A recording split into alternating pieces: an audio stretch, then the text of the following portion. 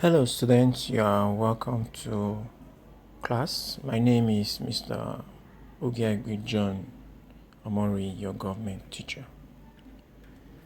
In today's lesson, we are going to be looking at a broad topic known as the international organizations.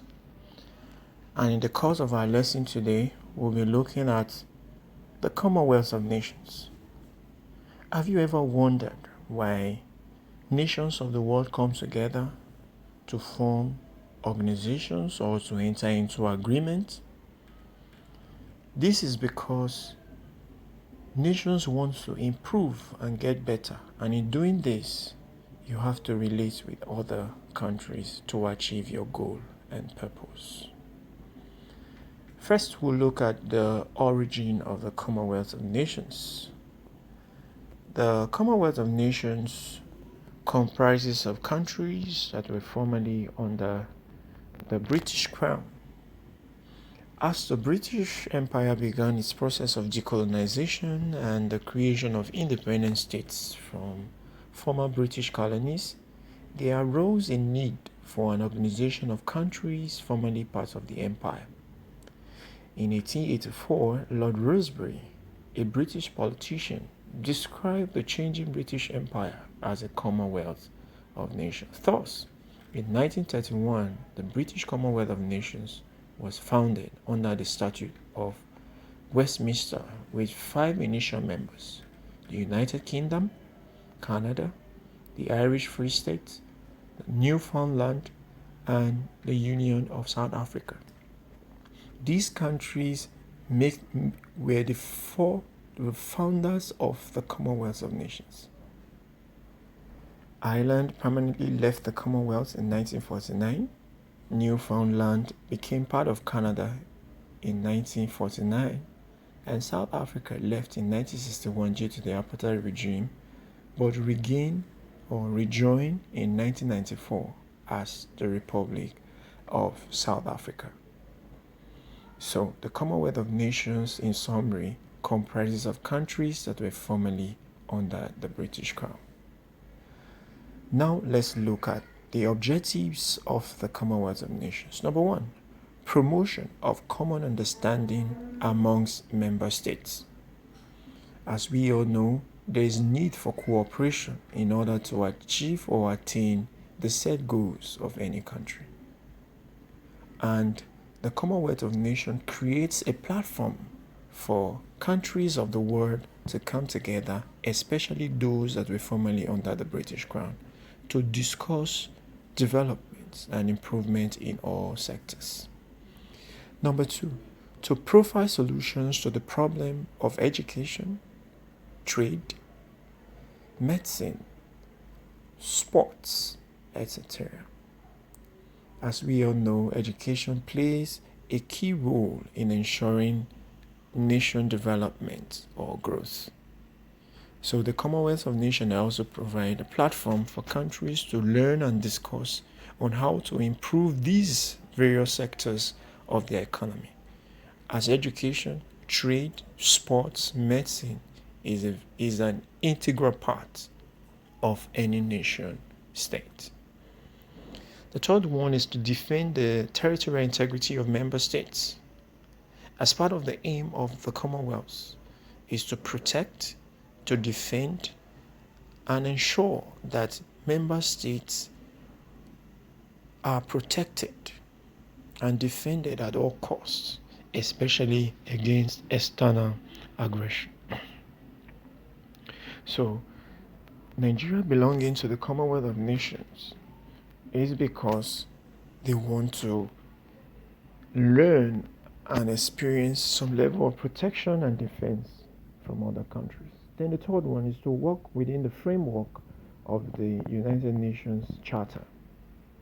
As we all know, as part of the agreement or resolve reached by countries, independent countries of the world, to ensure human rights, social progress, equality, peace and justice all over the world, the Commonwealth of Nations also key into this charter, ensuring that there's protection of human rights in member states, there's equality, and so on. Let's look at the organs of the Commonwealth. The most important and the most powerful organ of the Commonwealth is the Prime Minister's Conference. The Prime Minister's Conference comprises of heads of states, presidents of member states, and this body or this conference gives leaders opportunity to discuss progress within the conference of Commonwealth. Secondly, when we look at the Secretariat. The Secretariat is the administrative body of the Commonwealth of Nations.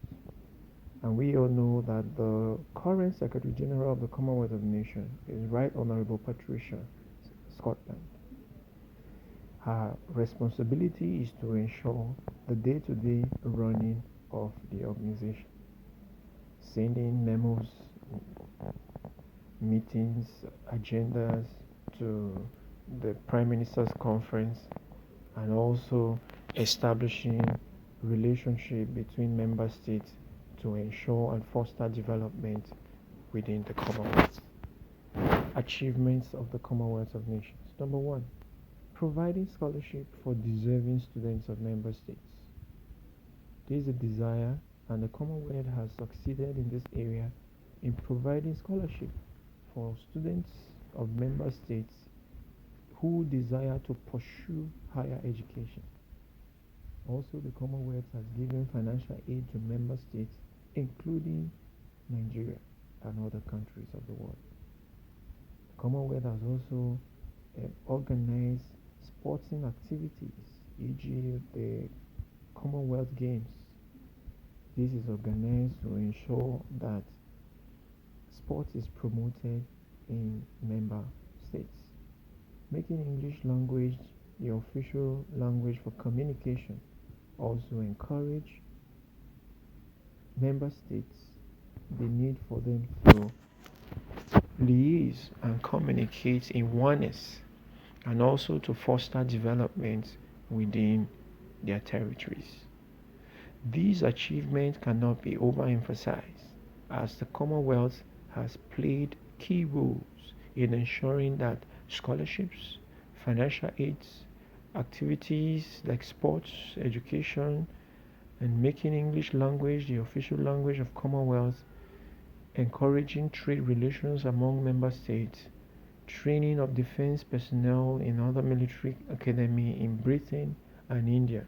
These are areas where the Commonwealth has succeeded because they've been able to contribute immensely to the development of member states.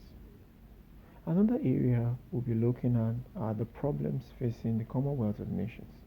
Number 1, differences in foreign policy. As our faces differ, so our needs and desire. So the desire of every nation differs, and this in turn affects their foreign policies in relation to other countries. So these differences affect the unity and the coexistence that exists between members of the Commonwealth of Nations. Regional groupings. The existence of other regional and sub-regional organizations affects the effective implementation of Commonwealth policies. Apartheid regime in South Africa. This is a key area where the Commonwealth was faced with a huge or Herculean task.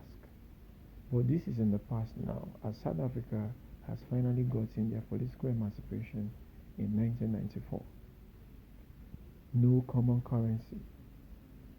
The differences in currency member states is a key factor, and this has affected trade relations and other relations that exist between member states. Compliance with decisions reached by the organization. This is also a major problem facing the Commonwealth of Nations because it's a voluntary organization, members don't obey and respond to the decisions reached by the organization.